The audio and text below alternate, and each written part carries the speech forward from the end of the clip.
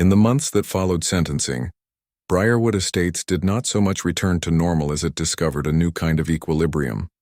an altered state where every barbecue, HOA meeting, and idle driveway conversation seemed to ripple with awareness that the old order was gone, and a new story was being written. For Karen Whitfield, once the unquestioned monarch of cul-de-sac politics,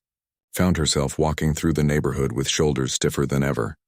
performing rehearsed frowns of disdain, barking complaints about flower beds and recycling bins, yet finding no echo, no validation, because the kingdom of fear she had ruled depended on illusion, the illusion of invincibility. And now that the illusion lay shattered in the harsh snap of handcuffs, her words bounced hollowly into air, glanced off shrugs, even earned the occasional bold chuckle from neighbors who would once have swallowed their laughter for fear of fines or grudges. And though Karen wrote lengthy memos citing obscure bylaw passages, stapled them to doors, even staged melodramatic tirades about declining community standards, the truth no one needed to say aloud was that her family's name had become synonymous with hypocrisy, recorded permanently in local folklore as the cautionary example of arrogance turned inside out. And Chelsea, trudging weekly to her court-assigned service shifts, discovered what it meant to be whispered about not with envy or flattery but derision, her peers watching her heft trash bags or paint over graffiti with smirks, their laughter dragging sharper contours across her shame as she realized that bravado could not erase obligations. And though she attempted once or twice to puff out her chest and boast that her sentence was merely temporary, that she would bounce back into the limelight soon enough, the giggles of passers-by cut cleaner than knives because everyone knew the line, "You can't touch me," would forever hang above her name like an anchor, and the repetition of that humiliating moment in countless retellings ensured she could never quite outpace it. And life inside the Whitfield household grew brittle. Conversations between mother and daughter sharp with blame and bitterness, mother accusing daughter of sloppy arrogance that got them caught, daughter accusing mother of filling her head with lies of immunity, and both secretly knowing the truth. The foundation of their arrogance was sand, and it had crumbled beneath first strain. Meanwhile, Daniel Mercer found himself living in peculiar celebrity. Though he never pursued it, his garage suddenly transformed into a symbol of quiet power, neighbors excusing their gossip long enough to knock with pies, beers, and shy requests for him to explain again how you tracked it down, and children begging for rides on the ATV until their parents apologetically pulled them away. Though Daniel laughed, recognizing in their eager eyes the same spark of freedom he felt rumbling beneath him each time the vehicle rattled over trails, and he embraced this visibility with humility, never flaunting, never mocking. But if anyone happened to catch him smiling tucked into the wind as he sped beyond Briarwood's edge, they might see that he finally carried lightness unburdened by years of being minimized. For the theft had not only returned his ATV, but gifted him dignity, reminding him, and by extension reminding all of Briarwood Estates, that silence should never be mistaken for weakness, nor arrogance mistaken for strength. What became most interesting was not simply Karen's fall or Chelsea's public service hours, but the way the community itself grew subtly braver in their absence of fear. Neighbors once cowed into squirming compliance suddenly discovered voices of their own, raising questions at meetings, suggesting changes, even laughing off Karen's attempts to silence them, pointing out that after all, you can't bark about mailbox colors when your kid's a convicted thief. Comments that sliced Karen so fiercely she departed some gatherings early with cheeks burning, and new leaders quietly rose in her wake. Not dictators, but collaborative voices aiming for genuine community rather than curated tyranny. And the atmosphere changed palpably. Lawns still manicured but without manic obsession, block parties more joyful without her shadow looming, children playing on driveways without parents nervously checking whether sidewalk chalk drawings broke imaginary bylaws. And Daniel noticed these changes with cautious pride, telling himself he hadn't toppled some kingdom, but simply stood his ground over something that mattered. His ATV, his dignity,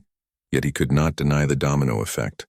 The unspooling of years of straining control released by one vibrant confrontation, and at times, lying in bed with grease still staining his fingers, he chuckled at the irony. All of it, every trembling whisper of revolution across pastel houses, born from a single girl's arrogant theft of a single machine. And though he would never call himself a hero, the neighborhood seemed to insist otherwise, crafting him into the figure they needed to narrate their release. Neighbors telling his story to newcomers, embellishing it with dramatic flares. He tracked it with GPS, marched right up, stood face to face with them, got the sheriffs involved, painting him not just as a tinkerer but as David who slung a stone straight at Goliath. And though he rolled his eyes at comparisons in the privacy of his garage, he smiled, letting the engine of the ATV rumble beneath his fingers like a loyal dog, knowing full well that what the legend left out, the fear, the pounding pulse, the ache of exhaustion afterward, were the parts that made the triumph human, not mythic. By the time Chelsea completed her community service, her cheeks sunburned from long hours outdoors, her fingers raw with city paint, she had learned at least one truth, though she whispered it only in restless dreams. She was not untouchable, and though Karen tried tirelessly to pump life back into the narrative of grandeur, insisting that one stumble did not undo a dynasty, the neighborhood's consensus was set, their laughter behind trimmed hedges confirming that the Whitfields would never regain their untouchable aura. And thus Briarwood Estates became a slightly freer place, imperfect still, riddled with gossip and whispers as all neighborhoods are, yet airier, lighter, with residents carrying themselves straighter, with Daniel becoming more than his machine, with children learning a myth-shaped lesson about arrogance's downfall, with Karen locked unwillingly into the folklore that whispered that the HOA's queen had been stripped by her own arrogance and her daughter's foolish crime. And so the tale lived on, not in law books or police files alone, but in laughter across porches and the rustle of leaves as ATVs roared into freedom trails, a permanent testament that no power, no matter how loud it repeats itself, is untouchable when truth and courage finally stand tall together. And so the story did not end with the flashing sirens fading into the horizon, because the legal system, slow but methodical, unfurled its tangled processes with all the bureaucracy of court dockets, hearings, paperwork, and whispered speculation about what will happen to Chelsea Whitfield. And for the first time in her 20 indulgent years, Chelsea spent long nights staring at stark ceiling tiles rather than enchanted fairy lights, because her brief stay in county jail awaited her arraignment, and it rattled her in ways she tried desperately to mask, though the mask kept slipping even in front of her mother, who marched into those gray-painted visiting rooms armed with indignation, only to find her daughter's bravado cracking, Chelsea gripping plastic chairs with knuckles white as cream while stammering, "Mom, you'll fix this, right? You'll tell them who we are, right?" And Karen, who had always thrived on bending neighbors into fearful obedience, discovered not only that sheriffs and judges were not HOA board members, but also that their tolerance for tantrums was near zero. So though she tried to storm judges' offices with impassioned speeches about her family's dignity, she was reminded coldly that not even her sharpest threats could override penal code, restitution orders, or criminal charges. And walking out of the courthouse corridors, she felt smaller than she ever dared admit even to herself, her heels clacking furiously yet futilely against linoleum while murmurs trailed her like gnats, whispers of neighbors who had seen the once untouchable queen diminish to a mere anxious parent pacing halls. Yet Karen doubled down, rage coiling into obsession. She began drafting letters to anyone she thought might listen. The editor of the county newsletter, the mayor's office, even a local radio host, proclaiming that her daughter was a victim of a vendetta orchestrated by Daniel Mercer and a mob of jealous neighbors. But the world outside Briarwood did not care for suburban melodrama, and most of her letters landed in trash bins unread, leaving her fuming at her kitchen table beneath two bright lights, wineglass denting her palm as she rambled to herself about conspiracies, while Chelsea's legal calendar dragged her toward crescendos she could no longer delay, namely the sentencing hearing that would publicly assign consequences. And by that time the neighborhood's gossip mill had spun itself feverish, parents whispering between minivan drop-offs, children daring each other to reenact the ATV heist in games, retirees chuckling during morning walks about whether Chelsea would be picking up trash in an orange vest along highways, and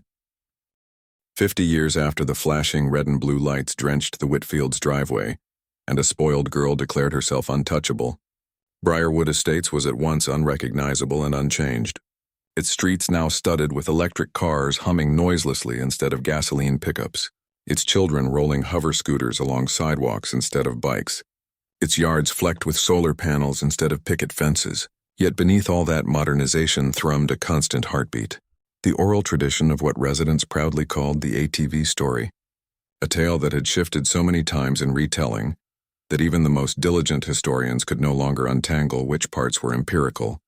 and which parts were fable. But that did not matter because the story's purpose was never accuracy but orientation, A myth to explain who Briarwood was and why it had grown into a place where no resident, no matter how loud or entitled or arrogant, dared to claim they were above consequence because instantly, reflexively, somebody somewhere would grin and declare in amusement or in warning, "Careful, we had a Karen once, and her daughter said she couldn't be touched."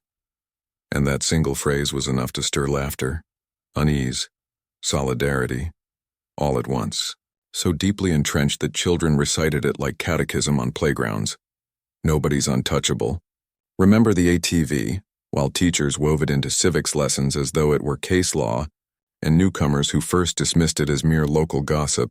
soon learned that to truly belong in Briarwood was to absorb the legend and retell it at block gatherings, folded into the ritual of barbecue smoke and music as integral as fireworks on the 4th of July. Daniel Mercer, long gone by then, was remembered softer by those elders who could still recall his steady figure, his quiet humor, his smile half embarrassed at the attention, and though his grave rested peacefully beneath a modest stone, his presence was resurrected each time a new neighbor asked innocently, "So who was Daniel?" For then came the chorus of stories,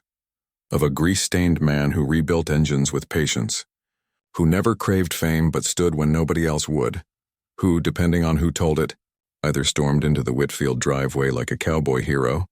or simply tapped an app and called police. But in either telling, his courage became virtue, lamp for their path, proof that power bows eventually to persistence, and so his memory grew evergreen, less a man, more a patron saint of ordinary defiance. Karen, meanwhile, was no longer remembered as flesh and blood but recited as villain, her name invoked in hushed voices as though she haunted the cul-de-sac still, neighbors joking each Halloween when wind rattled shutters. "It's the ghost of Karen," clipboard in hand, and children ran squealing down yards, daring each other to knock thrice on her once house's door, long sold and remodeled but forever cursed in neighborhood mythology, chanting that her wrath would strike with citations and fines, until they burst into giggles because fear had softened into parody. For Karen had lived long enough to fade from relevance but not long enough to rewrite herself, and so she calcified in legend not as queen but as warning, and Chelsea too transformed into archetype, her real adult life meanwhile obscure, her missteps and redemption buried in other towns. Yet in Briarwood she existed permanently aged 17, sneering atop a stolen ATV, frozen in the act of her downfall for eternity like a photograph etched onto history, retold at campfires until children imagined her as some mythic trickster tricked by fate. And in this way the community proved that once a story takes root, it belongs not to the subject but to the tellers, reshaped and stretched, but never erased. And as future residents built community gardens where strict monochrome lawns once reigned, as leadership rotated fairly between neighbors with compassion rather than iron fists, as porches rang with music of cultures that once might have been policed under Karen's reign, the spirit of the story remained their anchor, every whisper of arrogance checked by memory, every attempt at bullying brushed aside with unified laughter, every child raised to know that integrity was stronger than bluster, because their own neighborhood's identity carried proof. On anniversaries, some still gathered in Daniel's old cul-de-sac, bringing food and sharing retellings like scripture, their voices rising beneath drones glowing in the evening like cyber fireflies, and parents nudged their kids, urging them to remember what this story meant, that power unchallenged will swell until it bursts, that courage is born not in declarations but in steady actions, that truth, no matter how humble its voice, eventually drowns the roar of arrogance, and those children, wide-eyed, carried fragments of the tale into their own lives beyond Briarwood, telling it to college roommates, spouses, co-workers, until the legend of the untouchable girl and the man with the ATV outgrew the suburb itself, scattering like dandelion seeds across counties, each retelling diluted, dramatized, reinflated, but still humming with a kernel of truth shining through, and so half a century removed from that muggy night of theft. Every hedge trimmed in Briarwood, every garage humming with summer projects, carried within its branches not just its own life but the whisper of the saga that defined them, proof eternal that no arrogance endures, no crown holds forever, and that community, when galvanized by courage, triumphs, ensuring that the day Chelsea Whitfield declared herself untouchable, and was instantly proved wrong, would resonate as lesson and laughter for generations uncountable, a parable that refused to fade as long as people anywhere needed myth to remind them that truth wins, that justice finds its mark, and that every neighborhood hides the seed of a legend just waiting to bloom. As decades slid by like shadows stretching across evening lawns, the story of Briarwood's great reckoning ripened into myth so deeply ingrained that newcomers barely unpacked their moving boxes before hearing whispered over fences, half joking, half serious, "Don't be a Karen, no." Not the slang kind, the original Karen, the HOA tyrant we actually lived through. And thus the figure of Karen Whitfield mutated into legend, twisted sometimes sympathetically, more often comically, reshaped the way real people are inevitably reshaped by retellings into caricatures, until what remained was not the woman, but the warning, a bitter monarch toppled by her daughter's arrogance in the theft of Daniel Mercer's ATV. And Daniel, gray streaks now threading his hair, found himself astonished time and again that strangers came to Briarwood precisely because of the story, drawn by its notoriety like folklore lovers chasing ghost tales, and they'd pass him on the sidewalks with discreet glances, whispering to each other, "That's him, the one who stood up when nobody else did." And he would lift a hand politely, embarrassed by legendhood but grateful that what he once thought humiliation had ripened into pride, because within him still lived the thin-skinned young man who had once dreaded every meeting where Karen ridiculed him, dismissed his tinkering, mocked his garage as though greasy hands made him dirty. Yet now that man had become the reluctant conqueror, the emblem of quiet rebellion turned victorious. Chelsea herself, far away in another state where Briarwood's whispers no longer reached, grew older too, her arrogance tempered not through choice but by necessity. Life without unearned shields forced her to stumble. Patch wounds, rebuild with hands less manicured and labor more genuine, and though she never fully shed the prickly defensiveness her mother had nurtured in her, she sometimes stared into aging mirrors and wondered what might have become of her if Daniel hadn't tracked that ATV, if she had skated free once again from consequence, if she had folded that arrogance into adulthood undisturbed, and in those rare lucid moments, shivering with a cocktail of regret and gratitude, she recognized that the humiliation of cuffs had been her rebirth more than her ruin. Karen, of course, never reached such clarity. She lived her twilight years gnawing on bitterness like an old bone, shuffled eventually into obscurity when even Briarwood itself moved on without her. Her home sold, her name invoked mostly as a punchline, and though she doubtlessly ranted in private journals until the end about the injustice of small-minded neighbors, no one anymore feared her. Indeed, children generations younger than those she once policed used her name in ghost stories, daring each other at slumber parties to summon Karen by chanting 3 times in mirrors, giggling half-scared as if the tyrant queen turned into a suburban boogeyman, which in a way she had, stripped of power, inflated into cultural cautionary tale, a parody at whose memory laughter was louder than fear. Briarwood itself endured, transforming with time, houses repainted into bolder colors, rules rewritten with community input, leadership rotating in calm cycles, and through it all Daniel grew not only into respected elder, but into narrative anchor, his story passed down as parable in newsletters, orientation packets, even whispered proudly in high school civics classes. One of our own once proved that arrogance can fall, that truth can triumph. And though he protested each dramatization, insisting he had only checked a GPS and called deputies, the neighborhood clung to the poetry of it. For communities need legends more than facts, and his legend carried them, reminded them, as decades slid by like shadows stretching across evening lawns. The story of Briarwood's great reckoning ripened into myth so deeply ingrained that newcomers barely unpacked their moving boxes before hearing whispered over fences, half joking, half serious, "Don't be a Karen, no." Not the slang kind, the original Karen, the HOA tyrant we actually lived through. And thus the figure of Karen Whitfield mutated into legend, twisted sometimes sympathetically, more often comically, reshaped the way real people are inevitably reshaped by retellings into caricatures, until what remained was not the woman, but the warning. A bitter monarch toppled by her daughter's arrogance in the theft of Daniel Mercer's ATV, and Daniel, gray streaks now threading his hair, found himself astonished time and again that strangers came to Briarwood precisely because of the story, drawn by its notoriety like folklore lovers chasing ghost tales, and they'd pass him on the sidewalks with discreet glances, whispering to each other, "That's him, the one who stood up when nobody else did." And he would lift a hand politely, embarrassed by legendhood but grateful that what he once thought humiliation had ripened into pride, Because within him still lived the thin-skinned young man who had once dreaded every meeting where Karen ridiculed him, dismissed his tinkering, mocked his garage as though greasy hands made him dirty. Yet now that man had become the reluctant conqueror, the emblem of quiet rebellion turned victorious. Chelsea herself, far away in another state where Briarwood's whispers no longer reached, grew older too. Her arrogance tempered not through choice but by necessity. Life without unearned shields forced her to stumble. Patch wounds, rebuild with hands less manicured and labor more genuine. And though she never fully shed the prickly defensiveness her mother had nurtured in her, she sometimes stared into aging mirrors and wondered what might have become of her if Daniel hadn't tracked that ATV, if she had skated free once again from consequence, if she had folded that arrogance into adulthood undisturbed. And in those rare, lucid moments, shivering with a cocktail of regret and gratitude, she recognized that the humiliation of cuffs had been her rebirth more than her ruin. Karen, of course, never reached such clarity. She lived her twilight years gnawing on bitterness like an old bone, shuffled eventually into obscurity, when even Briarwood itself moved on without her. Her home sold, her name invoked mostly as a punchline, and though she doubtlessly ranted in private journals until the end about the injustice of small-minded neighbors, no one anymore feared her. Indeed, children generations younger than those she once policed used her name in ghost stories, daring each other at slumber parties to summon Karen by chanting 3 times in mirrors,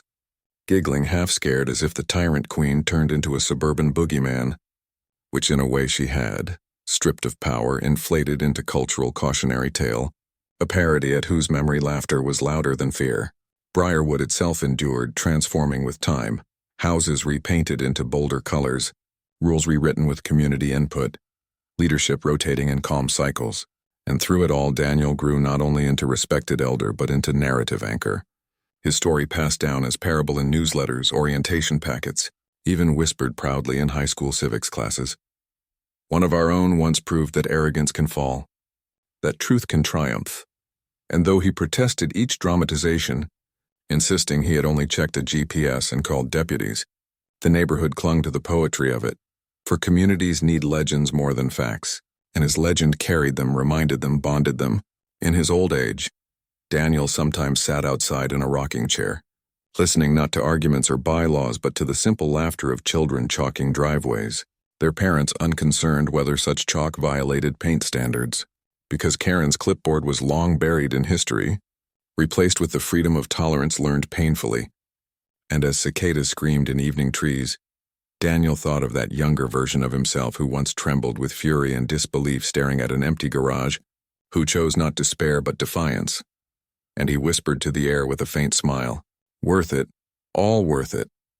letting the hum of time itself respond like his ATV engine purring across memory. Chelsea, a world away, heard whispers of Briarwood now and then through online threads where locals spun the ATV story for laughs. And each time her stomach twisted with shame but also with rueful acceptance. For myths never die, and hers would remain attached forever to that arrogant moment when she declared herself untouchable, only to be proven wrong. And though she tried to bury it, she could never fully outrun the echo. Yet in accepting that, she also found unexpected humility, a fuel she used to mother her own children differently, refusing to instill them with the poisonous entitlement her own mother had nurtured, thereby in some strange roundabout way, allowing Daniel's defiance to ripple into goodness across a future never seen. Thus the tale outlived them all. A legend not about an ATV alone, but about arrogance cracked open, about neighbors finding courage, about the universality of truth prevailing in suburbs as surely as it does in courts or battlefields. And by the time Daniel passed into peaceful sleep one spring night many years later, the community mourned him not as myth but as man, crowding his funeral with words of gratitude, parents telling their children to remember how one ordinary neighbor proved extraordinary,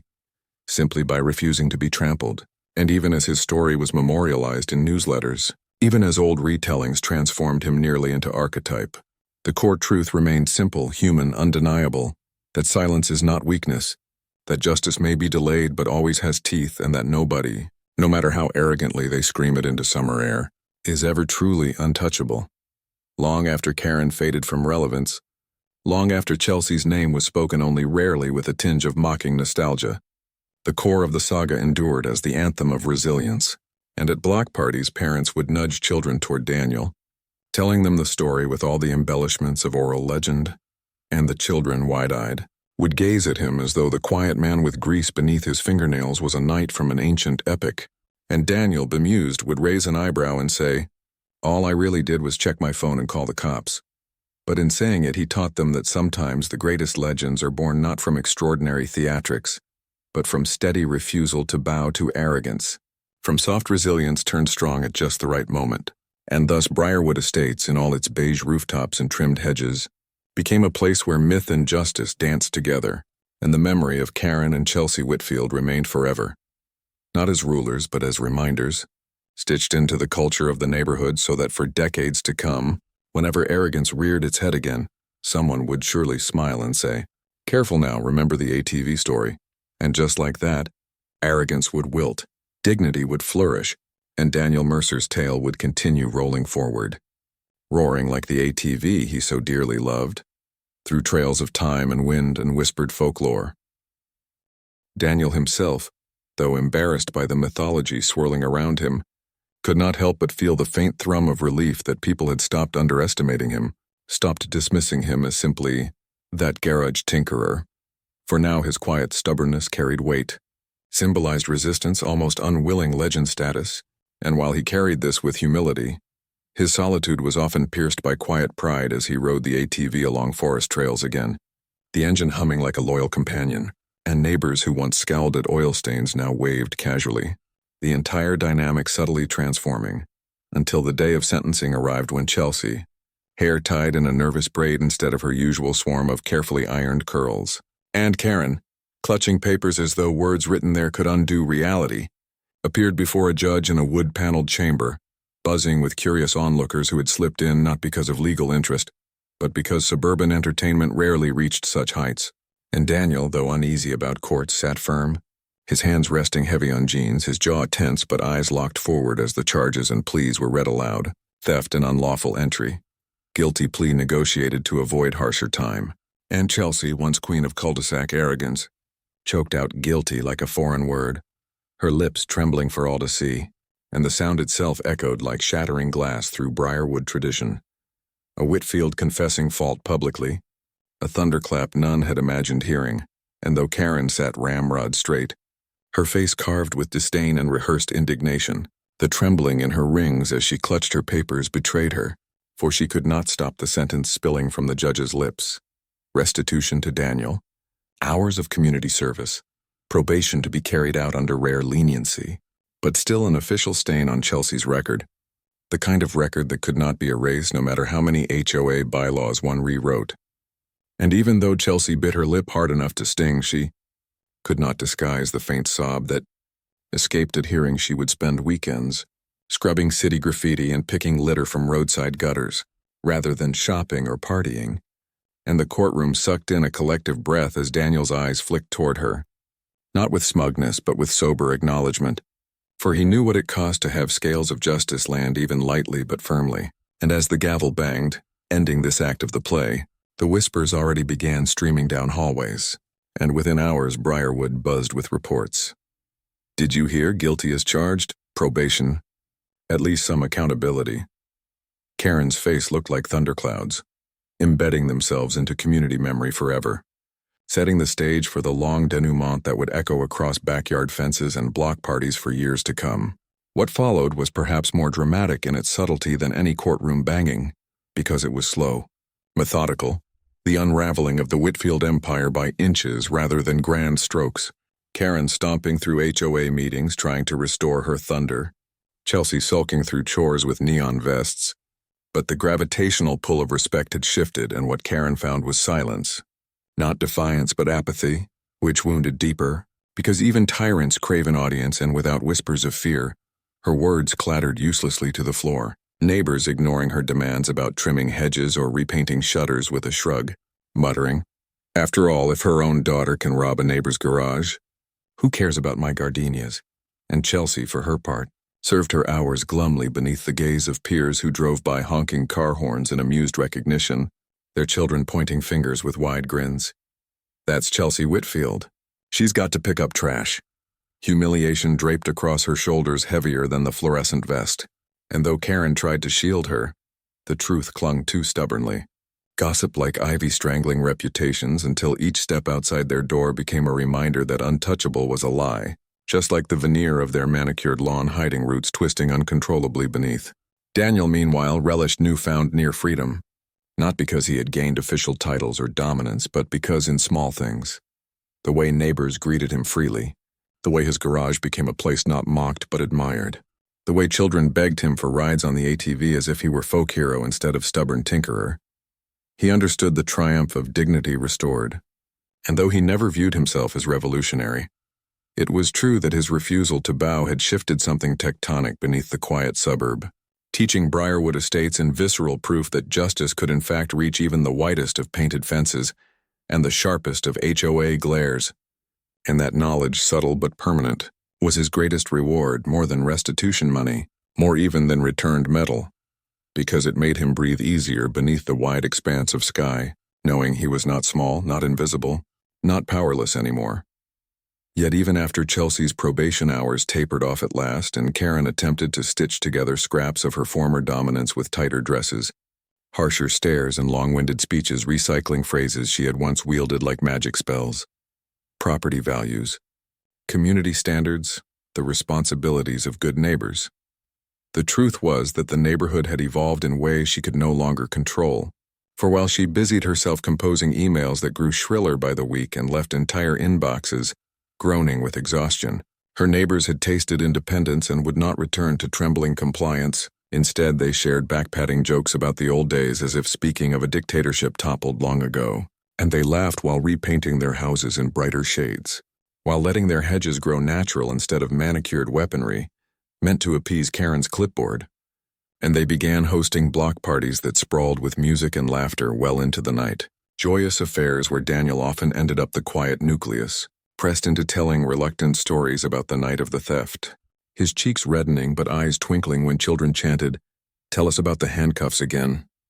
while their parents chuckled knowingly, and slowly but surely he realized he was no longer just the ATV guy tinkering in solitude, but woven into the identity of his community itself, a symbol of possibility, of speaking up, of reminder that even ordinary, grease-stained people could punch holes through injustice, and though he never asked for that mantle, he wore it with humble steadiness, knowing it gave courage to others. Karen, by contrast, struggled like a dethroned queen clawing at an empty throne,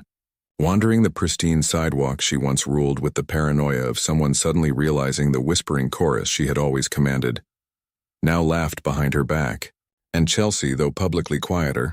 lived with her own haunting. Her once glittery reputation among her peers forever stained by images of her in fluorescent vests cleaning streets while classmates drove by honking gleefully, and though she fumed and resented, there lingered in her chest a gnawing awareness that Daniel had forced her to learn a lesson her mother never had. That choice bore consequence. That untouchable was nothing but a dangerous illusion, and in late-night guilty moments when she looked into her mirror, mascara smudged and eyes red, she wondered whether freedom from her mother's constant assurances might actually help her breathe. Even if it came through humiliation, time, as it always does, softened some edges. The sharp shock of that fabled Tuesday fading into anecdote, the scandal mellowing into story, and yet like all true folklore the essence remained alive, passed to each new resident as a cautionary tale. "Oh, you're moving to Briarwood? You know about when the HOA queen's daughter stole the ATV, right?" Retold with embellishments that sometimes made Daniel laugh and sometimes shake his head. For in one version he was described as setting up an elaborate sting operation and springing from bushes like an action hero. In another, Chelsea supposedly tried to bribe the deputies with her mother's jewelry. In another, Karen fainted in the driveway. The versions mutated like branches of an old tree, but the roots stayed the same, that arrogance had fallen, that rules did not shield the powerful from consequence, and Daniel Mercer, the quiet man in his garage, had proven it. Years passed. Autumns bent into winters. Children aged into teenagers. Hedges grew and trimmed. Mailboxes dented and repaired, and still echoes of that time hummed in the neighborhood, woven into its DNA. Daniel eventually finding that his own life, once heavy with bitterness, had shifted toward unexpected fulfillment, because neighbors now invited him warmly not only to barbecues but into their trust, seeking advice not about engines alone but about courage, about where to find backbone in subtle struggles, and he, though shy about giving speeches, poured them a simple truth. That courage wasn't loud. It was steady, that most arrogance deflated when called by name, that every person had more strength than they first assumed. And this truth, repeated in Daniel's plain voice, became the unspoken shield that kept Briarwood freer, lighter. Karen, older now, spent her days drifting further into the margins, still ranting at times, still drafting furious letters that never bore fruit. Yet more and more neighbors passed her with polite but vacant smiles, treating her as background,